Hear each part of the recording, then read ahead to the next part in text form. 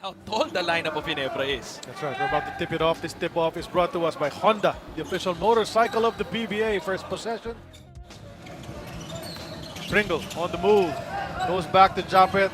That jumper is good. Instant offense off the bench para kay Aguilar. No, all of a sudden, itong Ginebra, no, Japeth Aguilar coming on the floor, adds an... Playing streak. Has not missed a game in his career, entire career. Kids, listen to that. Testament to being in shape and being very fortunate as well.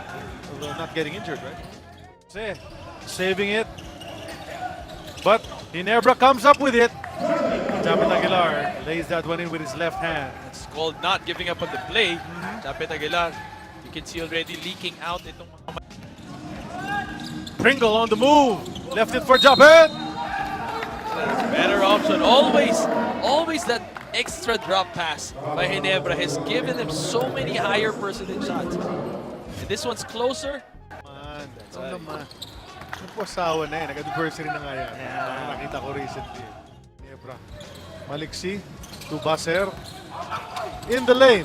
Oh! Swatted away by Japeth Aguilar on the way up. Results in a layup. That's a painful thing. And I mean the confidence that you have. Arvin in rhythm. Japeth put back. He's too tall. I mean, if you're Ginebra, you've got to push him out. Yung malilikot na kamay ng Ginebra andun na naman. Sikip eh. On the other hand, take a look at that. Pinto, you know, almost grasping at straws in trying to stop Japeth Aguilar sa play na yan. He'll be coming in shortly. And they're gonna go to him for sure. There's a block from Japeth Aguilar. That might take talaga bumoste. No one's doing that. Oh, there you go. There you go. Japeth Aguilar. It's a normal, everyday and you don't know, take a look at this. Good pass. And just a heavy breathing. And sana ito maglaro ng halos buong game para sa Ginebra.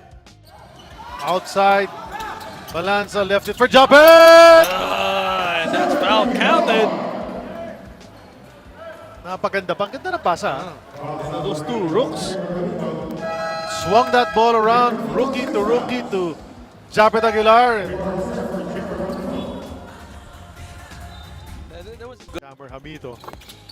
And swishing the free throw. Good touch from there from Japeth Aguilar.